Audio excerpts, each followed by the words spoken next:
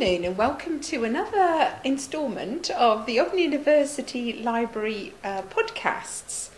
This is a series of video bites that we're putting together to explain to you what your library service and what your librarians are up to for you in terms of developing learning material and services to support blended learning.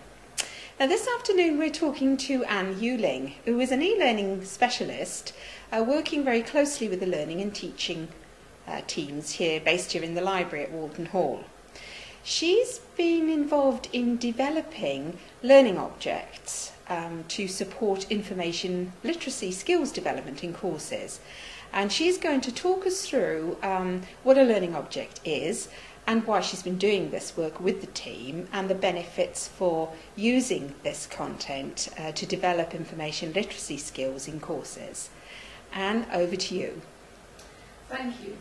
A lot of the work of the teaching and learning librarians in this library is creating activities and content about information literacy, that is, how to use information effectively, for putting into course materials for a variety of courses across different faculties. And at the moment we're using what we call learning objects as a way of doing this quite efficiently and effectively. A learning object is a single unit of learning which is complete in itself but which is most often found combined with other learning objects to make up different sections of a course. Each learning object can stand alone, but it will usually be used in conjunction with other learning objects or other kinds of learning activity. Here in the library we're developing a bank of these objects which relate to different aspects of information work.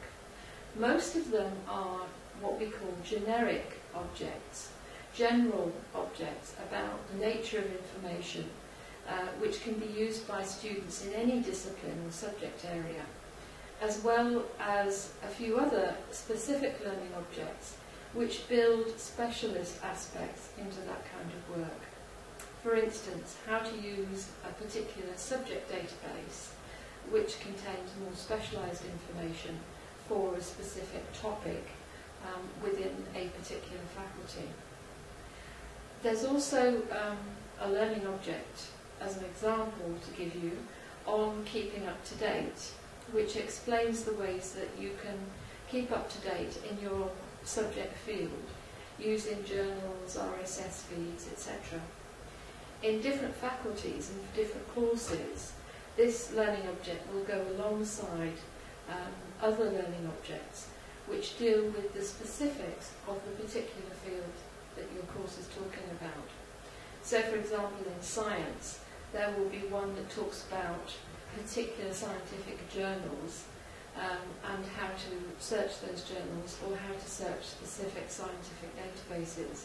Whereas in the health faculty or in social sciences, there will be specific objects about particular journals for those subject areas. So that's really the learning object principle, and it's a way that we can maximise our resources by putting most of our resources into the little specific things, because we don't have to create new general learning objects each time. We can reuse those across many faculties. We can concentrate on the specific little bits for particular subjects. Well, that's really interesting, Anne. And so if anybody's interested from the faculties to contact you about this, then hopefully they can get through to you via the website and also through their learning and teaching librarians that work very closely with the individual faculties. Yeah, that's right.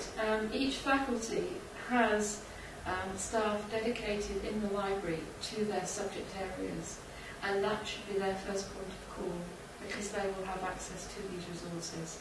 Thank you very much indeed for your time, Anne.